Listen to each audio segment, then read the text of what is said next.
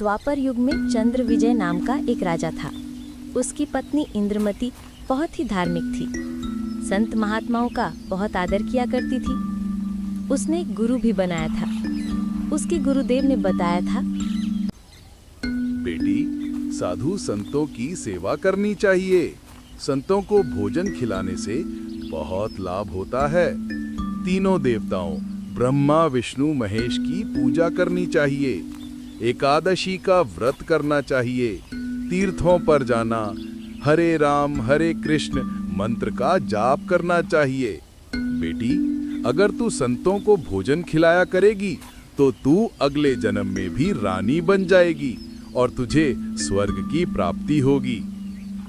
जो भक्ति गुरुदेव ने बताई थी, रानी उस भक्ति को बहुत ही दृढ़ता से कर रही थी। एक दिन रानी ने सोचा, गुरुजी ने बताया है कि संतों को भोजन कराने से मैं अगले जन्म में भी रानी बन जाऊंगी और मुझे स्वर्ग की प्राप्ति होगी।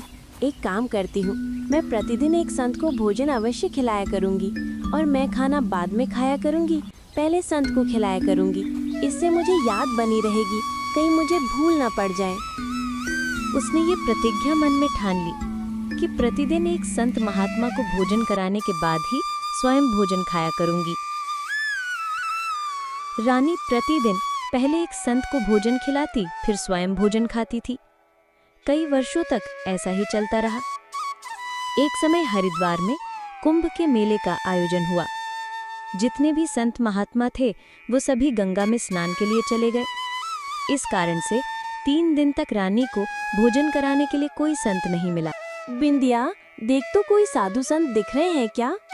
जी महारानी जी।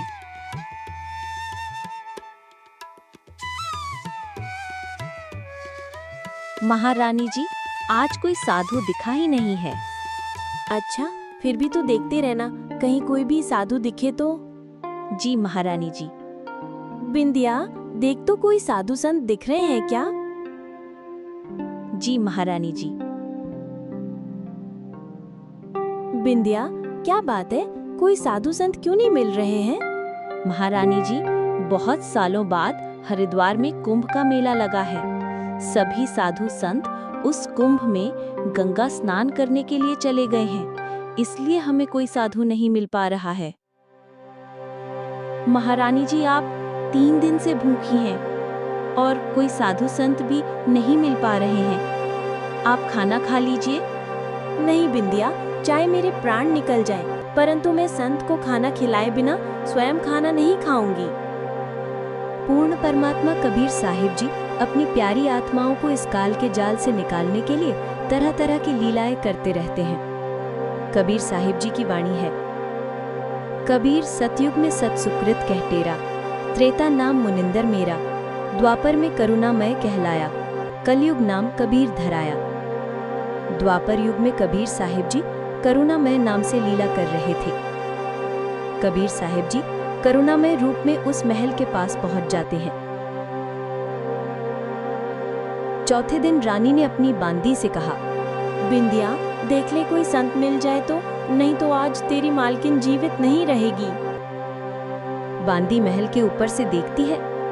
कबीर साहिब जी बांदी को महल की ओर ही आते हुए दिखाई देते हैं। बांदी तुरंत नीचे आकर रानी को बताती है, महारानी जी, बाहर एक व्यक्ति सफेद कपड़े पहने हुए हैं और वो महल की ओर ही आ रहे हैं। दिखने में तो साधु जैसे ही लग रहे हैं। आपकी आज्ञा हो तो उनको बुलाकर लाऊं? बिंदिया, तू उन्हें जल्दी से बुला ला। हे महात्मा जी, आपको हमारी रानी ने बुलाया है, कृपया अंदर चलिए। बेटी, रानी ने मुझे क्यों बुलाया है? मेरा और रानी का क्या संबंध? हे महाराज जी, हमारी रानी ने प्रतिज्ञा की है कि प्रतिदिन जब तक किसी संत महात्मा को भोजन नहीं करा देंगी, तब तक स्वयं भोजन नहीं खाती हैं। इसलिए हे महाराज जी, आप चलिए। बेटी, आप तो रानी की बांदी हो। अगर मैं आपके कहने से अंदर जाऊं और कहीं रानी या राजा मुझे देखकर ये ना कह दें कि तुझे किसने बुलाया है, राजा भी मेरे अंदर जाने से नाराज हो सकते हैं। बेटी, संतों का अनादर करने से बहुत पाप लगता है। इसलिए बेटी, यदि रानी को आवश्यकता पड़े तो यहाँ आ जाएं। मैं यहाँ खड़ा हूँ।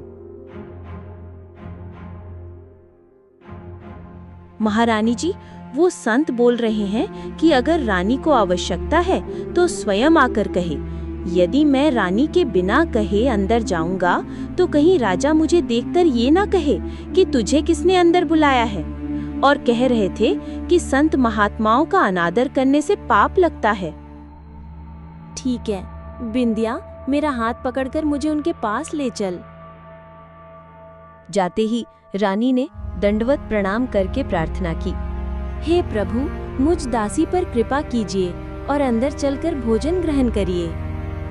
बेटी, मैं यही देखना चाहता था कि तेरे में कोई श्रद्धा भी है या वैसे ही भूखी मर रही है।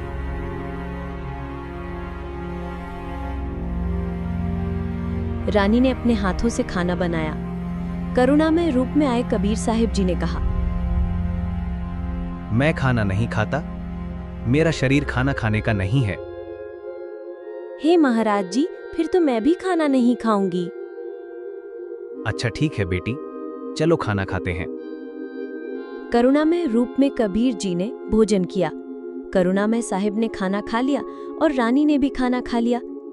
खाना खाने के बाद कबीर साहिब जी ने रानी से पूछा, बेटी, आप जो ये साधना कर रही हैं, ये आपको किसने बताई है? मेरे गुरुदेव ने आदेश दिया है। क्या आदेश दिया है आपके गुरुदेव ने? ब्रह्मा विष्णु महेश की पूजा करना, एकादशी का व्रत करना, तीर्थों पर जाना, देवी पूजा, श्राद्ध निकालना, मंदिर में जाना, संतों की सेवा करना और गुरुजी जो मंत्र बताएं उस मंत्र का जाप करना चाहिए। गुरुजी ने बताया था, अगर तू ये पूजा साधना करेगी तो तू अगले जन्म में भी रानी बन जाएगी और तुझे स्वर्ग की प्राप्ति होगी। बेटी, जो साधना आपके गुरुदेव ने बताई है, ये आपको जन्म और मृत्यु, स्वर्ग नरक व 84 लाख योनियों के कष्ट से मुक्ति प्रदान नहीं करा सकती। बेटी, इन साधनाओं को करने से आपके जो पुण्य बनेंगे, उन पुण्यों के हिसाब से आपको स्वर्ग भी प्राप्त हो सकता है। लेकिन जब आपके पुण्य खत्म हो जाएंगे, तब आपको फिर इस पृथ्वी लोक पर आना होगा। और जब आपके पुण्य समाप्त हो जाएंगे, उसके बाद आपको 84 लाख योनियों में भी जाना होगा। ये इस लोक का नियम है। 84 लाख योनियों में कुत्ते, सूअर, गधे तथा अन्य जीवों के जीवन में भी भयंकर कष्ट उठाने पड़ते हैं। बेटी, तुम्हारे गुरुजी द्वारा बताई गई इन सभी साधनाओं से जन्म और मृत्यु, स्वर्ग नरक व 84 लाख योनियों के कष्ट से मुक्ति नहीं मिल सकती है। महाराज जी, जितने भी संत हैं अपनी अपनी प्रभुता आप ही बनाने आते हैं। आप मेरे गुरुदेव के बारे में कुछ न कहो, मैं चाहे मुक्त हो पाऊं या नहीं हो पाऊं। बेटी, वैसे तो तेरी इच्छा है, जो करना है कर, मैं निंदा नहीं कर रहा। क्या मैंने आपके गुरुदेव को गाली दी है या कोई बुरा कहा है? मैं तो भक्ति मार्ग बता रहा हूं। यह भक्ति शास्त्र विरुद्ध है। यह तुझे पार नहीं होने देगी और ना ही तेरा कोई आने वाला कर्म का दंड कटेगा। और सुन ले, आज से तीसरे दिन तेरी मृत्यु हो जाएगी। ना तेरा गुरु बचा सकेगा और ना तेरी ये नकली साधना बचा सकेगी। जब रानी ने ये बात सुनी तो रानी ने सोचा, संत झूठ नहीं बोलते, कहीं ऐसा ना हो कि मैं तीसरे दिन ही मर जाऊं। हे महात्मा जी, क्या मेरी जान बच सकती है? हाँ, बच सकती है। अगर तू मेरे से उपदेश लेगी, मेरी शिष्या बनेगी, पिछली पूजाएं त्यागेगी, तब तेरी जान बचेगी। लेकिन हे महाराज जी, मैंने सुना है कि गुरुदेव नहीं बदलना चाहिए, गुरु बदलने से पाप लगता है। बेटी, यह भी आपका भ्रम है। यदि कोई रोगी हो जाता है और वह एक वैद्य से औषधि लेता है, यदि उस वैद्य के द्वारा दी जाने वाली औषधि से उस रोगी का रोग नहीं ठीक होता है, तो क्या दूसरे वैद्य से औषधि नहीं लेनी चाहिए? ठीक इसी प्रकार यदि हमारा गुरु हमें जन्म मृत्यु और 84 लाख योनियों के कष्ट से मुक्ति नहीं दिला सकता है, तो उस गुरु को छोड़कर ऐसे गुरु की खोज करनी चाहिए जो हमें जन्म मृत्यु और 84 लाख योनियों के कष्ट से मुक्ति दिलाकर पूर्ण मोक्ष प्राप्त करवा दे। फिर उस पूर्ण गुरु से दीक्षा लेकर भक्ति करके पूर्ण मोक्ष प्राप्त करना चाहिए। क्योंकि मनुष्य जीवन हमें बहुत ही मुश्किल से मिलता है। इस मनुष्य जीवन का सिर्फ एक ही उद्देश्य होता है पूर्ण परमात्मा की भक्ति करके पूर्ण मोक्ष प्राप्त करना। रानी वैसे तो नहीं मानती, परंतु मृत्यु दिखने लगी तो कहीं सच में मेरी मृत्यु ना हो जाए। ठीक है जी, जैसे आप कहोगे मैं वैसे ही करूंगी। करुणामय रूप में कबीर साहिब ने रानी को दीक्षा दी। बेटी, अब ध्यान से सुन। तीसरे दिन मेरे रूप में काल आएगा, तू उससे बोलना नहीं। जो मैंने नाम मंत्र दिया है इसका जाप करते रहना। उसके बाद ही उसके पास जाकर प्रणाम करना है। ये मेरा केवल इस बार आदेश है। वैसे तो गुरुदेव आए तो अति शीघ्र ही चरणों में प्रणाम करना चाहिए। ठीक है जी, जैसे आप कहोगे मैं वैसे ही करूंगी।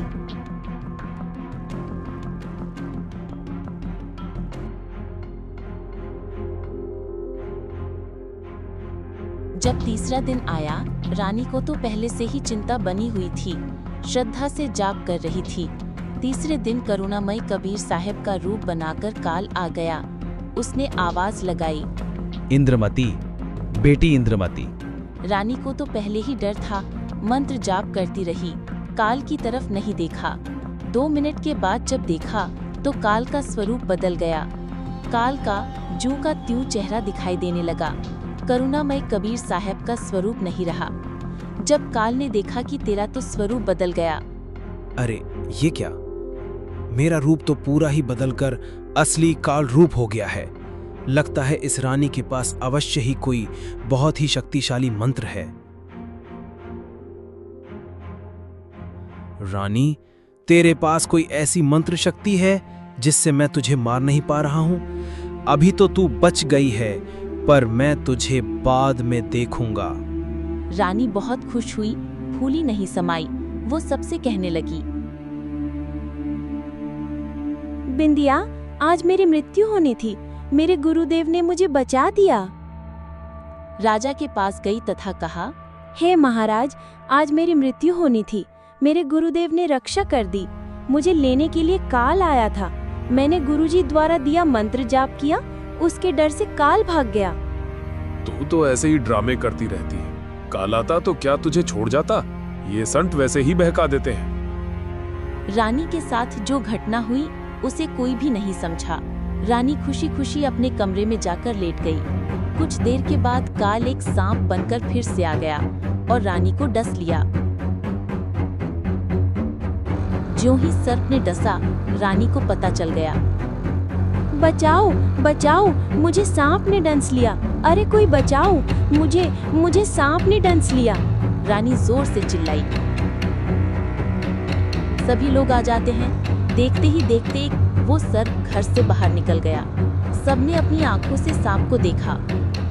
अपने गुरुदेव को पुकारकर रानी बेहोश हो गई। उसी समय करुणामय रूप में कबीर साहिब जी वहां आ जाते हैं। हे महाराज जी, ये क्या हो गया? देखिए ना, रानी आंखें नहीं खोल रही है। परमात्मा कबीर जी तो बिना मंत्र बोले भी जीवित कर सकते थे। उनको किसी भी जंत्र मंत्र की आवश्यकता नहीं है, परंतु लोगों को दिखाने के लिए मंत्र बोलकर रानी इंद्रमती को जीवित कर दिया। हे बंदी छोड़, यदि आज मैं आपकी शरण में नहीं होती तो मेरी मृत्यु हो जाती। बेटी, मैं इस काल को तेरे घर में घुसने भी नहीं देता और ये तेरे ऊपर हमला भी नहीं कर पाता, परंतु तुझे विश्वास नहीं होता। तू ये सोचती कि मेरे ऊपर कोई आपत्ति नहीं आनी थी। गुरुजी ने मुझे बहकाकर नाम दे दिया। नहीं तो बेटी, तेरे को विश्वास नहीं होता। बेटी, अब जब मैं चाहूंगा तब तेरी मृत्यु होगी। करुणामय रूप में कबीर साहब जी ने रानी इंद्रमती को समय समय पर आकर रानी की भक्ति में अति श्रद्धा देखकर सतनाम और कुछ समय बाद सार नाम दे दिया। करुणामय रूप में कबीर साहब जी रानी के घर दर्शन देने जाते रहते थे तो हर बार रानी प्रार्थना किया करती थी, हे गुरुदेव जी, मेरे पति राजा को समझाओ। मालिक, ये भी मान जाएं, आपके चरणों में आ जाएं तो मेरा जीवन सफल हो जाए। चंद्र विजय राजा से भी कबीर साहिब ने प्रार्थना की, हे राजन, आप भी नाम लेकर परमात्मा की भक्ति करो। ये 2 दिन का राज और ठाठ है, ये सदा नहीं रहेगा। फिर 84 लाख योनियों में प्राणी चला जाएगा और उन प्राणियों के शरीर में बहुत ही कष्ट उठाने पड़ते हैं। ये जन्म मृत्यु और 84 लाख योनियों का चक्र हमेशा चलता रहेगा। इसलिए हे राजन, पूर्ण परमात्मा की भक्ति करके पूर्ण मोक्ष को प्राप्त करने के बाद इन सभी दुखों से मुक्ति मिल जाती है। आप भी भक्ति करके अपना कल्याण करवाओ। हे महाराज जी, मैं तो नाम नहीं ले सकता और मैं आपकी शिष्या को भी मना नहीं करूंगा। चाहे सारे खजाने को ही दान कर दे, चाहे किसी प्रकार का सत्संग करवाए, मैं मना नहीं करूंगा। राजन, आप नाम क्यों नहीं ले सकते? हे महाराज जी, मुझे तो बड़े बड़े राजाओं की सभा में जाना पड़ता है। राजन, पार्टियों में जाने में नाम क्या बाधा करेगा? सभा में जाओ, वहां काजू खाओ, दूध पी लो, शरबत जूस पी लो, शराब नहीं प्रयोग करो। शराब पीना महापाप है। मांस आहार नहीं करो, ये सभी महापाप हैं। इन सभी बुरे कर्मों से दूर रहो। गुरुजी, मुझे नाम के लिए मत कहना। ये भक्ति वगैरह मेरे बस की बात नहीं है, मैं नहीं कर सकता हूँ। राजन, नाम के बिना ये जीवन ऐसे ही व्यर्थ हो जाएगा। आप नाम ले लो। कबीर साहिब जी ने राजा को बहुत समझाया, परंतु राजा नहीं माना। बेटी, मैंने राजा को बहुत समझाया, परंतु उसने मेरी बात नहीं मानी। इस 2 दिन के झूठे सुख को देखकर राजा की बुद्धि भ्रष्ट हो चुकी है। बेटी, तू भक्ति करके अपना आत्म कल्याण करवा। मृत्यु के उपरांत कोई किसी का पति नहीं और कोई किसी की पत्नी नहीं। ये 2 दिन का संबंध है। अपना कर्म बना बेटी। जब इंद्रमती वृद्ध हुई, तब करुणामय रूप में कबीर साहिब बोले, अब बोल, इंद्रमती क्या चाहती है? चलना चाहती है सतलोक? हे प्रभु, मैं तैयार हूँ, बिल्कुल तैयार हूँ दाता। बेटी, तेरी पोते या पोती या किसी अन्य सदस्य में कोई ममता तो नहीं है? बिल्कुल नहीं साहिब, आपने ज्ञान ही ऐसा निर्मल दे दिया, इस गंदे लोक की क्या इच्छा करूं? ठीक है, चल बेटी। रानी प्राण त्याग गई। परमेश्वर कबीर जी करुणामय रूप में रानी इंद्रमती की आत्मा को ऊपर ले गए। इसी ब्रह्मांड में एक मानसरोवर है। इंद्रमती को वहां पर कुछ समय तक रखा। करुणामय रूप में कबीर परमेश्वर जी ने रानी से फिर पूछा, बेटी, तेरी कुछ इच्छा तो नहीं है? यदि इच्छा रही तो दोबारा जन्म लेना पड़ेगा। यदि मन में संतान व संपत्ति या पति पत्नी आदि की इच्छा थोड़ी सी भी रह गई तो आत्मा सतलोक नहीं जा सकती। हे परमात्मा, आप तो अंतर्यामी हो, कोई इच्छा नहीं है, आपके चरणों की इच्छा है। लेकिन मन में एक शंका बनी हुई है। मेरा जो पति था, उसने मुझे किसी भी धार्मिक कर्म के लिए कभी मना नहीं किया। नहीं तो आजकल के पति अपनी पत्नियों को बाधा कर देते हैं। यदि वो मुझे मना कर देता तो मैं आपके चरणों में नहीं लग पाती, मेरा कल्याण नहीं होता। हे परमात्मा, उसका इस शुभ कर्म में सहयोग का कुछ लाभ मिलता हो तो कभी उस पर भी दया करना।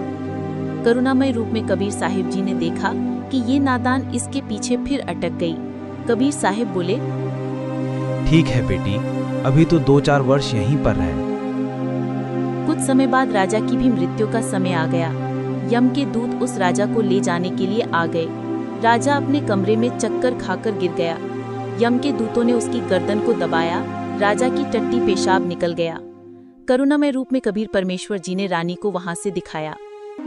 बेटी, देख तेरे राजा की क्या हालत हो रही है। यम के दूत उसका गला दबा रहे हैं। हे परमात्मा, आप देख लो दाता, यदि उसका भक्ति में सहयोग का कोई फल बनता हो तो दया कर दो। ठीक है बेटी। कबीर साहिब जी वहां गए जहां राजा चंद्र विजय अपने महल में पड़ा था। यमदूत उसके प्राण निकाल रहे थे। कबीर परमेश्वर जी के आते ही यमदूत आकाश में उड़ गए। चंद्र विजय होश में आ गया। सामने करुणामय रूप में परमेश्वर कबीर जी खड़े थे।